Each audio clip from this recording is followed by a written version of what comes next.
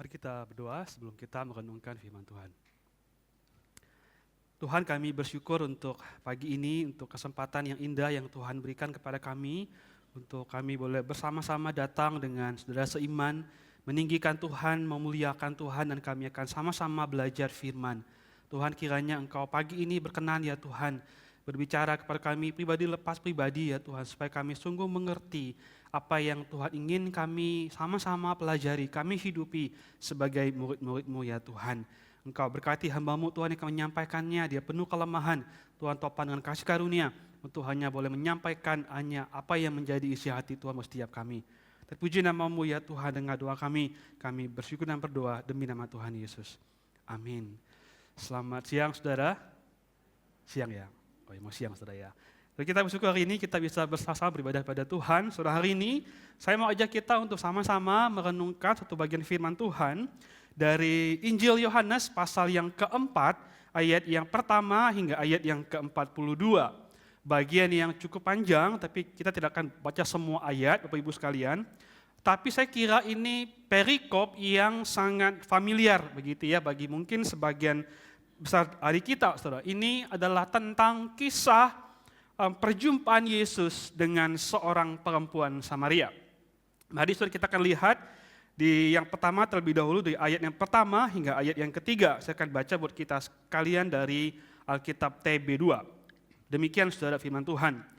Ketika Yesus mengetahui bahwa orang-orang Farisi telah mendengar bahwa ia memperoleh dan membaptis lebih banyak murid daripada Yohanes, meskipun Yesus sendiri tidak membaptis, melainkan murid-muridnya, ia pun meninggalkan Yudea dan kembali ke Galilea. Nah, terus sekalian kisah ini sudah dimulai dengan pemberitahuan bahwa Yesus meninggalkan Yudea dan kembali lagi ke Galilea.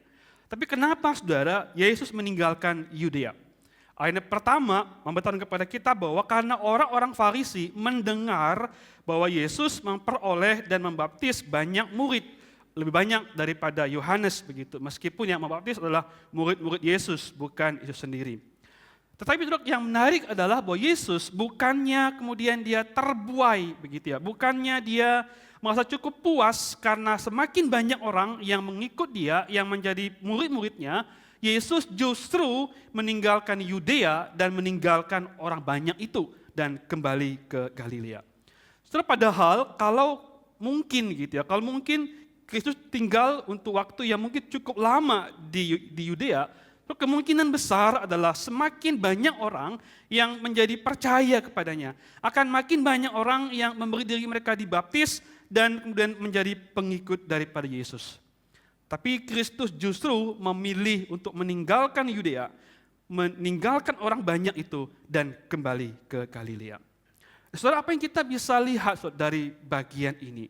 Saudara, sebetulnya Yesus sedang ingin memperlihatkan kepada kita bahwa dia tidak hanya ingin lebih banyak orang yang mengikut dia, yang menjadi percaya kepadanya, tetapi lebih banyak orang dari berbagai suku, bangsa, latar belakang sosial bisa percaya kepada Yesus.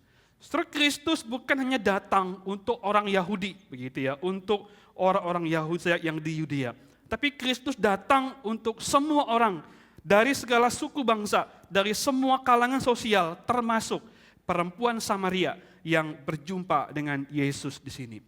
Saudara, di sini kita bisa melihat bahwa Kristus dengan konsisten mengerjakan apa yang ingin dia kerjakan dan yang dia ingin juga murid-muridnya kerjakan. Saudara, Matius 28 ayat ke-19 mengatakan begini. Tuhan berkata kepada murid-muridnya supaya mereka menjadikan segala bangsa, semua bangsa muridnya. Artinya, setiap orang dari segala suku bangsa. Kisah Rasul 1 ayat 8 juga Tuhan mengatakan begini kepada murid-muridnya sebelum dia terangkat ke surga. Dia bilang kepada mereka, supaya apa? Supaya murid-muridnya menjadi saksi-saksi Kristus. Bukan hanya di Yerusalem, bukan hanya di Yudea, tetapi Samaria dan sampai ke ujung bumi. Lalu kemudian kita melihat bagaimana ini digenapi dalam Kisah Rasul 8, memperlihatkan kepada kita tentang Filipus, memberitakan Injil tentang Yesus, tentang Mesias kepada orang-orang Samaria, sehingga banyak orang di Samaria menjadi percaya kepada Yesus. Saudara, ini adalah hati Yesus, bagi segala kaum, segala bangsa, orang-orang dari berbagai suku bangsa, semua kalangan, semua golongan, dari berbagai latar belakang sosial dan sebagainya. Yesus ingin agar setiap orang dari segala suku bangsa itu percaya menjadi murid-muridnya. Bukan hanya orang Yahudi, tetapi juga orang non-Yahudi. Tetapi saudara, yang menarik juga kita bisa lihat dari bagian ini adalah bahwa sebetulnya kita tidak tahu apa yang akan terjadi dengan Yesus ketika orang-orang Farisi itu mendengar kabar tentang dia yang memperoleh banyak murid daripada Yohanes. So mungkin bisa lebih baik, tetapi juga bisa lebih buruk begitu. So mungkin saja kemudian ini menimbulkan keresahan di kalangan orang-orang Farisi. Atau mungkin ini juga menimbulkan bahaya bagi Yesus. Sebabnya kemudian Yesus meninggalkan Yudea dan pergi ke Galilea. Tetapi yang menarik saudara adalah bagi Yesus, situasi itu tidak menghalanginya untuk mengerjakan misi keselamatan bagi bangsa-bangsa. Justru dalam situasi itu membuat Yesus pergi meninggalkan Yudea, meninggalkan orang banyak itu, dan dia mengerjakan misi Allah untuk menjangkau dan menyelamatkan bangsa-bangsa lain. Dalam hal ini adalah orang Samaria itu. Jadi situasi itu dalam kehendak Allah diizinkan terjadi supaya Injil diberitakan kepada orang Samaria, kepada perempuan Samaria itu, dan melaluinya banyak orang di kota itu menjadi percaya kepada Yesus. Nah Bapak Ibu sekalian, kita melihat bahwa Yesus tahu betul apa yang dia harus kerjakan. So, bahkan di ayat yang ke-34, kita maju sedikit begitu ya. Ayat yang ke-34 berkata begini, kata Yesus kepada mereka, kepada murid-muridnya, makananku ialah melakukan kehendak Dia yang mengutus aku dan menyelesaikan pekerjaannya. My food is to do the will of Him who sent me to accomplish His work. Terus Kristus seolah dengan lebay, begitu, dengan hiperbola, dia mengatakan bahwa makananku adalah melakukan kehendak Allah yang mengutus aku. Tetapi yang kita bisa lihat dari Kristus adalah dia memperlihatkan kepada kita bahwa di tengah banyak orang yang mengikut dia, di tengah banyak orang yang menjadi pengikut dia, dia makin populer, makin dikenal oleh banyak orang. Semua itu tidak membuat Kristus terbuai, terbius, dan kemudian dia lupa terhadap misinya, misi Allah untuk menyelamatkan segala bangsa. Saudara, kita seringkali mengalami situasi di mana ketika kenyamanan, keberhasilan, sukses, kekayaan, popularitas mungkin, dikenal banyak orang, kita berhasil dalam banyak hal sekalian. Seringkali kita terbuai, terbius, lalu kita kemudian lupa terhadap misi Allah yang harusnya kita kerjakan, yang mestinya kita lakukan untuk memberitakan Injil tentang Kristus kepada segala bangsa, kepada orang-orang yang ada di sekitar kita. Itu juga sebaliknya Bapak Ibu sekalian, situasi yang sulit, yang mungkin ada bahaya yang dialami oleh Kristus pada waktu itu, yang mungkin orang-orang resah karena dia makin banyak orang mengikut dia, mungkin akan ada bahaya yang mengintainya. Tapi semua itu pun juga tidak membuat Yesus terhalangi untuk mengerjakan misi keselamatan bagi bangsa-bangsa. Terbaik dalam keadaan yang baik maupun keadaan yang bahaya sekalipun, semua itu tidak menghalangi Kristus mengerjakan misi Allah, misi keselamatan bagi bangsa-bangsa. Bukankah bahaya, kesulitan, pergumulan hidup, dan sebagainya, saudara, itu bisa membuat kita kemudian teralihkan dari mengerjakan misi Allah kepada kepentingan diri kita sendiri. Kita melupakan misi keselamatan bagi bangsa-bangsa. Tetapi saudara, biar dalam segala keadaan, kita mau tetap mengerjakan misi itu, misi keselamatan kepada bangsa-bangsa dengan kekuatan daripada Allah. Saudara, yang kedua, saya mau kita melihat ayat yang keempat sampai 18. So, silakan buka Alkitabnya masing-masing. Saudara. Saya akan baca buat kita sekalian, demikian firman Tuhan. Namun ia harus melintasi daerah Samaria. Lalu sampailah ia di sebuah kota di Samaria yang bernama Sikar, dekat tanah yang diberikan Yakub dahulu kepada anaknya Yusuf. Di situ terdapat sumur Yakub. Yesus sangat letih karena perjalanan, sebab itu ia duduk di pinggir sumur itu. Hari kira-kira pukul 12. Datanglah seorang perempuan Samaria hendak menimba air. Kata Yesus kepadanya, berilah aku minum. Sebab murid-muridnya telah pergi ke kota membeli makanan. Kata perempuan Samaria itu kepadanya, bagaimana mungkin engkau seorang Yahudi minta minum kepadaku seorang perempuan Samaria? Adapun orang Yahudi tidak bergaul dengan orang Samaria. Jawab Yesus kepadanya, jikalau engkau tahu tentang karunia Allah dan siapa dia yang berbicara kepadamu, berilah aku minum, niscaya engkau telah meminta kepadanya dan ia telah memberikan kepadamu air hidup. Kata perempuan itu kepadanya, Tuan, engkau tidak punya timba dan sumur ini amat dalam. Dari manakah engkau memperoleh air hidup itu? Apakah engkau lebih besar daripada bapa leluhur kami Yakub yang memberikan sumur ini kepada kami dan yang telah minum sendiri darinya, ia serta anak-anaknya dan ternaknya? Jawab Yesus kepadanya, siapa saja yang minum air ini, ia akan haus lagi. Tetapi siapa yang minum air yang akan kuberikan kepadanya, ia tidak akan haus untuk selama-lamanya. Sebaliknya, air yang akan kuberikan kepadanya akan menjadi mata air di dalam dirinya yang terus-menerus memancar sampai pada hidup yang kekal. Kata perempuan itu kepadanya, Tuhan, berikanlah aku air itu supaya aku tidak haus dan tidak usah datang lagi ke sini untuk menimba air. Ayat 16, kata Yesus kepadanya, pergilah, panggillah suamimu dan datanglah kemari. Kata perempuan itu, aku tidak mempunyai suami. Kata Yesus kepadanya, tepat katamu bahwa engkau tidak mempunyai suami, sebab engkau sudah mempunyai 5 suami, dan yang ada sekarang padamu bukanlah suamimu. Dalam hal ini engkau telah berkata benar. Nah, saudara sekalian, sebetulnya saudara, untuk pergi dari Yudea ke Galilea tidak harus melintasi daerah Samaria, saudara. Meskipun daerah ini yang paling pendek begitu ya. Tapi biasanya orang-orang Yahudi justru memilih jalan yang lebih memutar supaya tidak bertemu dengan orang-orang Samaria, saudara. Karena mereka sangat membenci dan bermusuhan dengan orang Samaria. Tapi Yesus memilih harus melintasi daerah Samaria.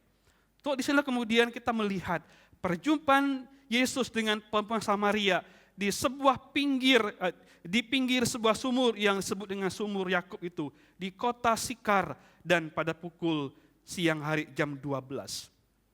Saudara, sumur Yakub Bapak sekalian ini merupakan salah satu tempat yang paling penting bagi orang Samaria. Ini bukan sekedar tempat di mana mereka mengambil air untuk keperluan sehari-hari mereka, untuk minum, untuk mencuci, untuk mandi begitu ya. Tetapi saudara, ini merupakan sumur pemberian Yakub, bapak leluhur mereka. Ini merupakan warisan, pemberian atau berkat yang penting bagi mereka. Maka sebetulnya orang Yahudi dan orang Samaria sekalian sama-sama keturunan dari Yakub begitu ya, leluhur mereka. Yang beda adalah orang-orang Samaria, mereka orang Yahudi yang telah kawin campur dengan bangsa lain sehingga mereka tidak lagi murni sebagai orang Yahudi. Maka kemudian orang-orang Yahudi asli yang asli begitu ya, mereka sangat membenci, enggak suka, enggak bergaul dengan orang-orang Samaria itu. Saudara, kembali lagi, kita melihat bahwa sumur ini merupakan salah satu peninggalan yang penting bagi orang Samaria. Ini mungkin saudara adalah salah satu dari sedikit begitu ya peninggalan yang tersisa bagi mereka dari leluhur mereka, karena mereka sudah bukan lagi pure orang Israel begitu saudara. Dan itu kemudian sebabnya ketika mereka mengambil air di sumur Yakub ini, itu untuk kebutuhan hidup sehari-hari mereka. Mereka melihatnya ini berkat, ini peninggalan, ini warisan dari leluhur Yakub yang memberikan itu kepada mereka. Setelah maka kemudian waktu perempuan Samaria ini berkata kepada Yesus, apakah engkau lebih besar daripada Yakub, bapak leluhur kami? Setelah sebetulnya pertanyaan ini adalah pertanyaan yang sedikit mengejek begitu saudara ya. Kenapa? Karena dalam benak perempuan Samaria, mana mungkin Yesus dapat memberikan air yang lebih baik atau memberikan sumur yang lebih baik daripada yang diberikan oleh Yakub, bapak leluhur mereka. Nggak mungkin begitu. Tetapi sekalian tanpa diduga oleh perempuan Samaria itu, Yesus justru mengafirmasi, justru meneguhkan kepadanya bahwa betul dia itu lebih besar, dia lebih baik daripada Yakub begitu. Kristus seolah ingin bilang begini kepada pemuda Samaria itu, yes, I am the better Jacob. Aku adalah Yakub yang lebih besar. So ayat ke-13 sampai 14 Tuhan bilang begini kepada pemuda Samaria itu, siapa saja yang minum air ini ia akan haus lagi, Tetapi siapa yang minum air yang akan kuberikan kepadanya, ia tidak akan haus untuk selama-lamanya. Sebaliknya, air yang akan kuberikan kepadanya akan menjadikan akan menjadi mata air di dalam dirinya yang terus-menerus memancar sampai kepada hidup yang kekal. So, Kristus seakan ingin mengatakan kepada perempuan Samaria itu bahwa dia jauh lebih besar, dia jauh lebih baik daripada Yakub, bapa leluhur mereka. So, kalau Yakub itu hanya bisa memberikan air di dalam sumur untuk kebutuhan minum jasmani mereka, kebutuhan sehari-hari mereka, Yesus memberikan air hidup untuk memenuhi kebutuhan rohani mereka, jiwa daripada perempuan Samaria itu. So, kalau Yakub hanya bisa memberikan air sumur untuk membasuh tubuh mereka, pakaian mereka yang mungkin kotor, tapi Yesus membasuh, menyucikan hidupnya yang kotor dan menjijikkan itu dengan darahnya. Kristus memberikan air hidup dan membasuh perempuan itu dengan darahnya di atas kayu salib, atas dosa dan pelanggaran si perempuan Samaria itu. Kalau air sumur Yakub hanya memberikan kelegaan, kepuasan sesaat kepada perempuan Samaria itu, tapi air hidup yang Kristus berikan memberikan kelegaan, kepuasan untuk selama-lamanya. Maka Yesus adalah the better Jacob. Yesus adalah Yakub yang lebih baik dan lebih besar. Tetapi yang juga menarik adalah Bapak Ibu sekalian bahwa Yesus bukan hanya mengatakan bahwa dia lebih besar daripada Yakub, lebih baik daripada Yakub. Tapi Yesus juga mengatakan kepada perempuan Samaria itu, bahwa dia lebih besar, lebih baik dari apapun yang ia pikir dapat memuaskan dan mengisi kekosongan jiwanya. Ayat 16 sampai 18 memberitahukan kepada kita tentang apa sebetulnya yang diinginkan, yang dicari oleh perempuan Samaria itu. Saudara, perempuan Samaria ini mencari sesuatu yang dapat memuaskan jiwanya, yang dapat mengisi kekosongan batinnya, dengan mencarinya lewat gonta-ganti suami. Kristus mengatakan kepada dia bahwa ia telah memiliki 5 suami dan yang ada padanya saat itu bukanlah suaminya. Kita nggak tahu bagaimana perempuan Samaria ini memiliki 5 suami begitu ya.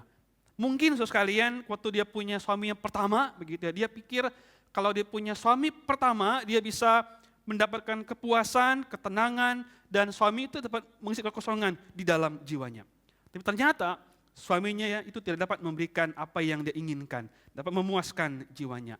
Maka dia pikir kalau saya cari suami kedua, itu mungkin akan memuaskan jiwanya. Tapi faktanya juga tidak demikian. Suami kedua, ketiga, keempat, sampai kelima. Bahkan terakhir begitu, waktu itu Tuhan bilang kepada dia, sekarang pun dia sedang hidup dengan laki-laki yang bukan suaminya. Dia pikir mungkin dengan suami nggak puas jiwanya, maka dia pilih untuk hidup dengan laki-laki yang bukan suaminya dan dia pikir memuaskan jiwanya. Tapi faktanya juga dia tidak mengalami kepuasan, dia tetap kosong, dia tetap restless dalam jiwanya, kering dan haus terus-menerus. Ia seperti sedang menimba air di dalam sumur Yakub itu, yang mungkin memberikan kelegaan, kepuasan sementara, sesaat kepadanya, lalu kemudian dia haus lagi, dan dia datang lagi ke sumur itu untuk menimba air, untuk mengisi jiwanya. Begitulah hidupnya dari waktu ke waktu, mencari sesuatu yang dapat memuaskan dan mengisi kekosongan dalam jiwanya, dari laki-laki satu kepada laki-laki lain. Dan dia gagal dan gagal. Tapi kali itu Bapak Ibu sekalian, ketika dia berjumpa dengan Yesus, Kristus seakan mau berkata kepada dia, sebagaimana sumur Yakub itu tidak dapat memuaskan jiwa yang kosong, demikian pula semua usaha dia dengan berbagai hal itu yang dia cari tidak akan pernah dapat memuaskan jiwanya. Dan hanya Yesus satu-satunya yang dapat mengisi kekosongan, mengisi jiwanya yang kering, yang haus itu. Yesus lebih baik, lebih besar dari segala sesuatu yang dia pikir dapat memuaskan jiwanya. Sampai di sini sudah kita bisa melihat Kristus memenuhkan, mengisi kekosongan, kekeringan, kehausan di dalam jiwa perempuan itu. Tidak ada hal lain yang dapat mengisi kekosongan, kekeringan, kehausan jiwanya. Saudara, apa yang kita bisa renungkan Bapak Ibu sekalian? Saudara, pertanyaannya begini saudara. Kira-kira what is your Jacob's well? Saudara, apa sumur Yakub di dalam hidupmu? Tempat engkau menimba air, tempat engkau mengambil air, yang kau pikir itu bisa memuaskan, memberikan kelegaan, mengisi kekeringan jiwamu. Itu ada orang pikir bahwa materi, uang, harta, kekayaan, jabatan, karir, semua itu mereka pikir itu adalah Jacob's well. Sesuatu yang dapat mengisi jiwa yang kosong dan dia puas. Atau ada orang pikir sekalian adalah relasi, itu adalah Jacob's well dalam hidupnya. Waktu kita pikir relasi, kita mungkin pikir bahwa pasangan kita, suami, istri kita, anak-anak kita, orang tua kita pikir mereka bisa mengisi kekosongan, mereka bisa memuaskan jiwa kita, mereka bisa melegakan hidup kita. Semoga kita mungkin pernah mendengar gitu ya, ada anak muda berkata begini kepada pasangannya begitu ketika pacaran begitu ya. Engkau itu melengkapkan hidupku gitu. Engkau itu melengkapi diriku begitu. Saudara, itu gombal begitu saudara ya. Karena nggak mungkin sekalian. Nggak mungkin ada pasangan kita, even orang yang paling kita kasihi, yang bisa memuaskan hidup kita, yang memuaskan jiwa kita saudara. Hanya Yesus yang sanggup memenuhkan itu, memuaskan jiwa kita. Sudah pasangan kita, anak-anak kita, orang tua kita adalah orang-orang yang Tuhan berikan kepada kita untuk kita dapat mencicipi sedikit dari apa yang Tuhan bisa penuhkan di dalam hidup kita. Suatu orang pikir bahwa apresiasi sekalian. Dia pikir apresiasi itu adalah Jacob's well dalam hidupnya. Perhatian, penerimaan, kasih, pencapaian, keberhasilan gitu ya. Dia pikir dengan semua itu dia mendapatkan kepuasan dalam jiwanya. Tapi semua itu saudara tidak akan pernah bisa memberikan kepuasan dalam jiwa kita. Jadi kita perlu the better Jacob, yaitu Yesus sendiri. Saudara, perikop ini bicara banyak tentang bahwa Yesus itu bukan hanya the better Jacob, tapi Yesus adalah the living water, air hidup. Dialah satu-satunya air hidup yang dapat memuaskan setiap jiwa kita. Jadi kita seringkali menimba dan mencari kepuasan dan kepenuhan bagi jiwa kita lewat segala hal. Maka tepat ketika kita membaca kalimat dari Agustinus dari Hippo dalam bukunya Confession 1, dia berkata begini, You made us for yourself, O Lord, and our hearts are restless until they rest in you. Tuhan menciptakan kita bagi dirinya sendiri. Dan hati kita, jiwa kita itu akan selalu kering, selalu haus dan tidak pernah akan puas sampai jiwa kita betul-betul bisa beristirahat di dalam Kristus. So, hanya Kristuslah yang sanggup memberikan rest itu dalam jiwa kita. Maka mungkin bagi kita, Bapak Ibu sekalian yang hari ini sedang datang pada Tuhan, yang sedang ngalamin di mana jiwanya sedang dry, sedang kering, engkau lagi drain, engkau rasa hidupmu kosong, kering. So come to Jesus, the better Jacob, who will not only give you a well, but a fountain himself. Datanglah pada Yesus. Dia tidak hanya memberikan kepada engkau sumur, tetapi dia memberikan engkau mata air, yaitu dirinya sendiri. Mata air yang memberikan kelegaan, kepuasan, kepenuhan dalam hidupmu dan hidup saya.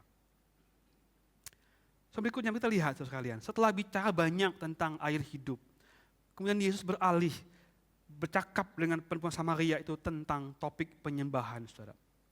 Ayat ke-19 sampai 26 berkata begini. Kata perempuan itu kepadanya, Tuhan, nyata sekarang kepadaku bahwa engkau seorang nabi. Nenek moyang kami menyembah di atas gunung ini, tetapi kamu berkatakan bahwa Yerusalemlah tempat orang harus menyembah. Kata Yesus kepadanya, percayalah kepadaku ibu, saatnya akan tiba bahwa kamu akan menyembah Bapa, bukan di gunung ini dan bukan juga di Yerusalem. Kamu menyembah apa yang kamu tidak kenal, sebab keselamatan datang dari orang Yahudi. Namun saatnya akan tiba dan sudah tiba sekarang bahwa penyembah-penyembah benar akan menyembah Bapa dalam roh dan kebenaran. Sebab Bapa mencari orang-orang yang menyembah Dia secara demikian. Ayat 24. Allah itu roh dan siapa saja yang menyembah dia harus menyembahnya dalam roh dan kebenaran. Jawab perempuan itu kepadanya, aku tahu bahwa Mesias yang disebut Kristus akan datang. Apabila ia datang, ia akan memberitakan segala sesuatu kepada kami. Kata Yesus kepadanya, akulah dia yang sedang berbicara dengan engkau. Sudah ada dua hal yang Kristus bicarakan tentang penyembahan kepada perempuan Samaria ini. Yaitu mengenai menyembah di dalam roh dan menyembah dalam kebenaran. So, yang pertama, menyembah dalam roh. Saudara. Artinya bahwa menyembah Allah tanpa dibatasi oleh tempat dan waktu. So, perempuan Samaria ini punya pemahaman bahwa menyembah Allah atau menyembah itu artinya bicara tentang di mana lokasinya, tempatnya begitu. Orang Samaria menyembah di Gunung Gerizim dan orang Israel menyembah di bait Allah begitu di Yerusalem. Tetapi bagi Yesus sudah tiba waktunya sekarang bahwa menyembah Allah bukan lagi tentang tempat, tentang waktunya, tetapi di dalam roh. So, bukan lagi di Gunung Gerizim atau bukan di Yerusalem, tetapi di dalam roh. So, artinya bahwa di dalam Kristus, setiap orang dapat percaya, datang kepada Allah, menyembah Allah, tanpa terikat oleh tempat dan lokasi. Di dalam dan melalui Kristus, setiap orang kapan saja dan di mana saja dapat datang kepada Allah. Saudara, bagi perempuan Samaria sekalian, berita ini adalah kabar baik bagi dia, saudara. Kenapa? Karena bagi orang Yahudi, sekalian, Yerusalemlah tempat orang itu beribadah. Di sanalah tempat ibadah yang benar. Di luar Yerusalem itu salah begitu. So, kalau ini benar demikian sekalian, kalau ini memang benar begitu dan hanya Yerusalem tempat orang beribadah, maka orang Samaria ini, saudara, adalah orang yang paling malang sekalian. Kenapa? Karena dia tidak mungkin bisa datang ke bait Allah beribadah di Yerusalem.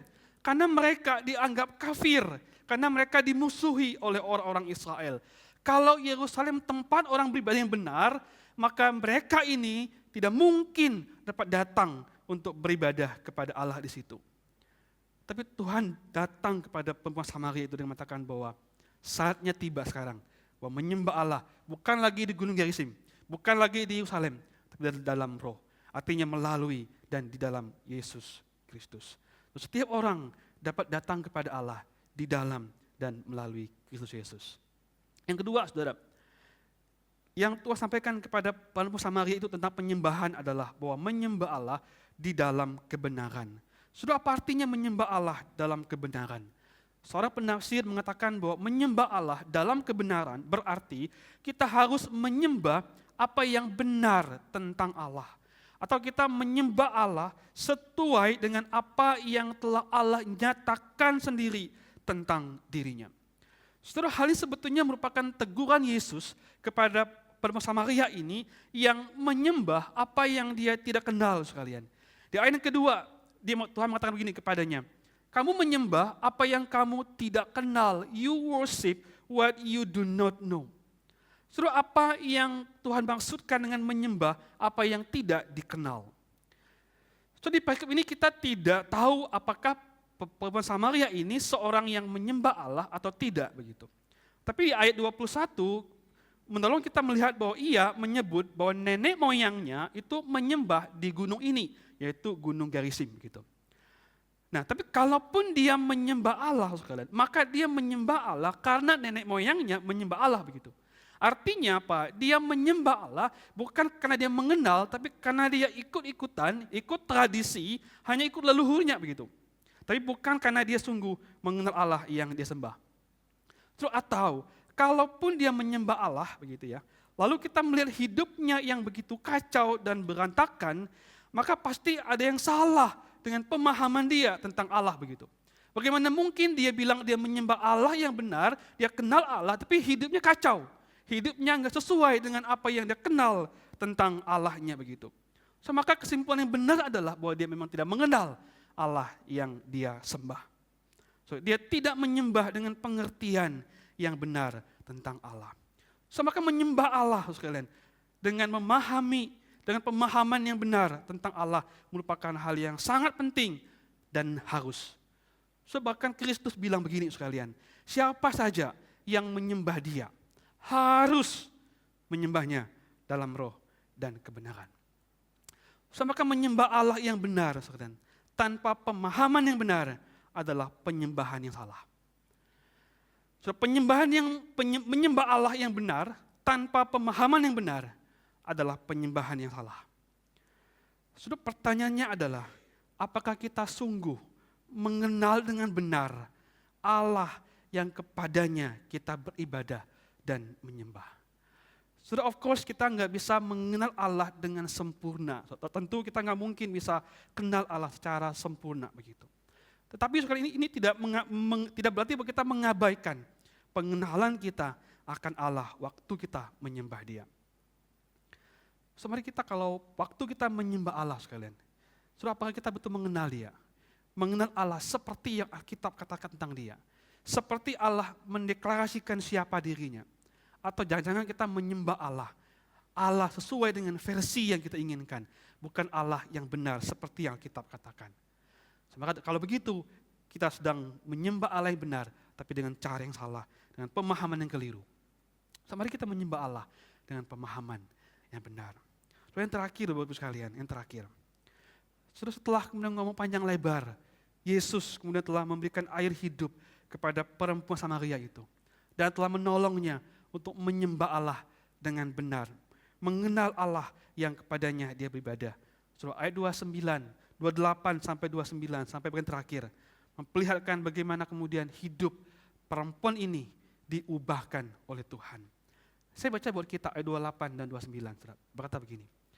Perempuan itu meninggalkan tempayannya di situ, lalu pergi ke kota dan berkata kepada orang-orang di situ, "Mari, lihatlah orang yang mengatakan kepadaku segala sesuatu yang telah kuperbuat. Mungkinkah dia itu Mesias?" Ayat 39.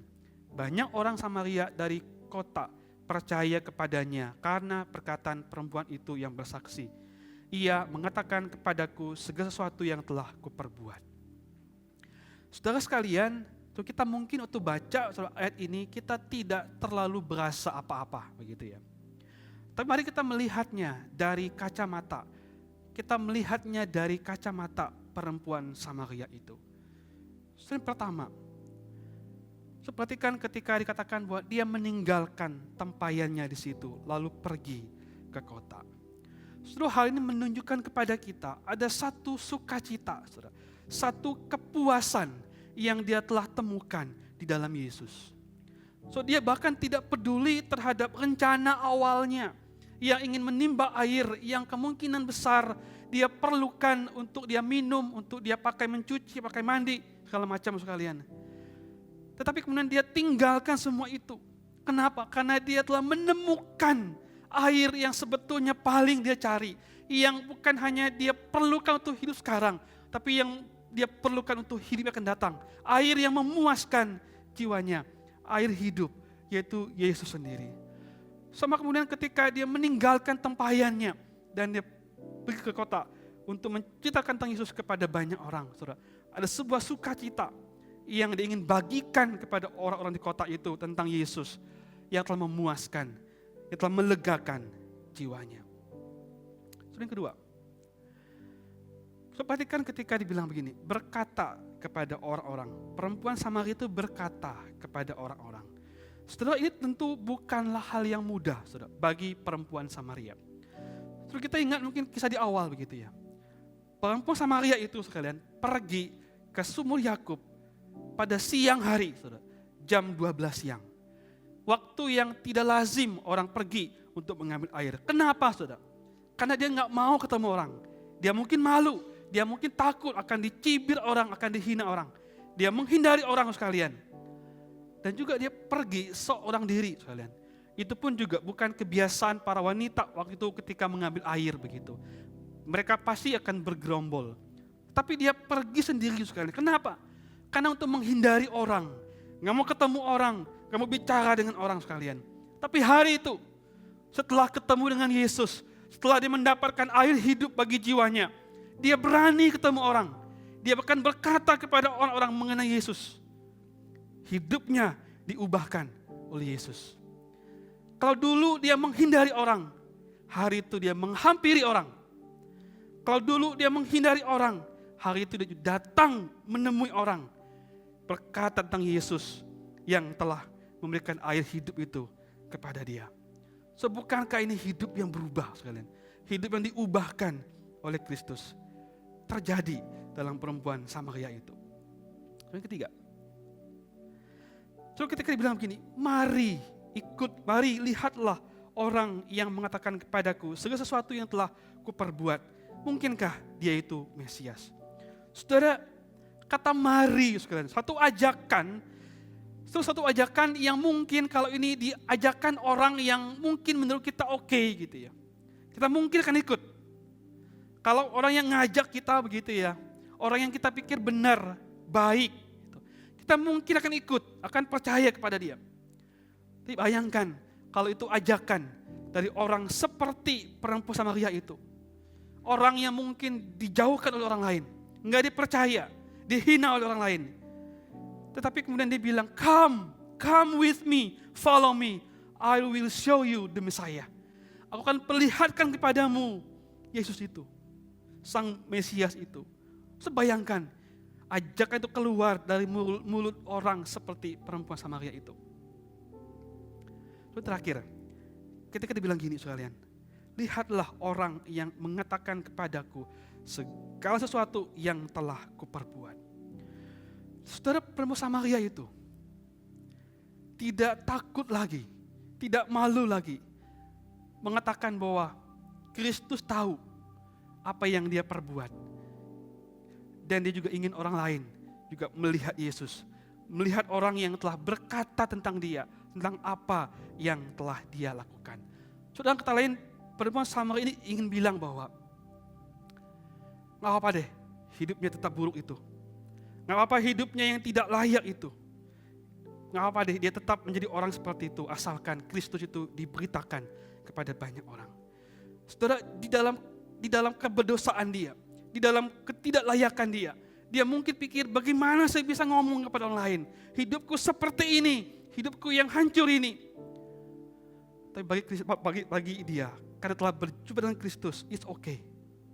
Di dalam keberdosaannya dia, dalam ketidaklayakannya dia datang kepada orang-orang, menyampaikan tentang Kristus kepada dia. Kristus yang mengubahkan hidupnya, Kristus yang memenuhkan jiwanya. Saudara, kita pasti tidak lebih baik dari perempuan Samaria itu, saudara. Kita tidak lebih benar dari dia. Kita tidak lebih baik daripada dia. So, sebagaimana Kristus datang kepadanya, kepada perempuan Samaria itu, Kristus juga datang kepada kita, bukan? Orang-orang yang mungkin jauh lebih buruk, jauh lebih berdosa, jauh lebih hancur dari perempuan Samaria itu. Dan Kristus datang untuk memberikan kepada kita air hidup itu. Dia melegakan kita, dia memuaskan jiwa kita. Saudara, Kristus telah mengubahkan hidup kita. Dia telah memberikan air hidup yang menyelamatkan dan menebus kita. So, maka biarlah hidup kita, saudara, hanya puas di dalam Kristus. Biarlah hidupmu dan hidupku hanya puas, lega, penuh karena Kristus, bukan karena yang lain. Sudah, biarlah hidup kita yang telah puas itu, yang telah dipenuhi oleh Kristus. Kita mau memberikan hidup kita untuk dipakai Tuhan, menyaksikan Kristus kepada banyak orang sekitar kita. Meskipun di tengah-tengah keberdosaan kita, di tengah-tengah ketidaklayakan kita, kita melihat bagaimana anugerah Tuhan itu menopang kita untuk kita boleh menyampaikan Injil kepada banyak orang. Amin, saudara. Mari kita tundukkan kepala di hadapan Tuhan.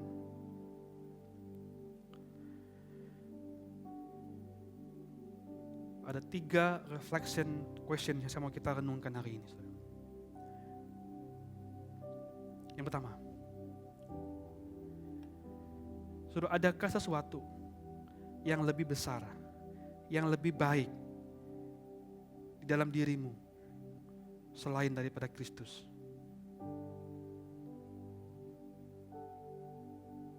Adakah hal yang kau pikir hal itu jauh lebih indah, jauh lebih baik selain Kristus?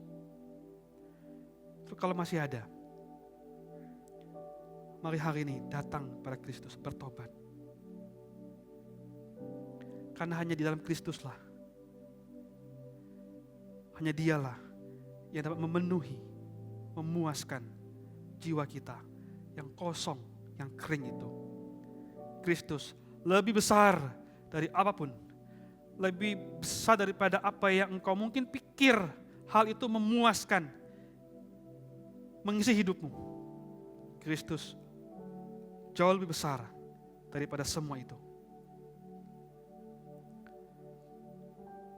Sudah hari ini, kalau kau datang pada Tuhan, engkau mungkin sudah sering kali beribadah kepada Tuhan, menyembah Allah.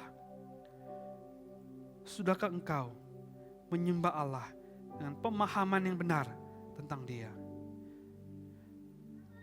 Apakah engkau sudah mengenal Kristus, mengenal Allah yang telah mati, yang telah bangkit, telah menyelamatkan hidupmu? Yang ketiga, saudara, maukah hidupmu yang telah diubahkan dan dipuaskan oleh Kristus dipakai untuk memberitakan Injil kepada banyak orang, kepada segala kaum, segala kelompok, segala bangsa? Mari masing-masing berdoa pada Tuhan.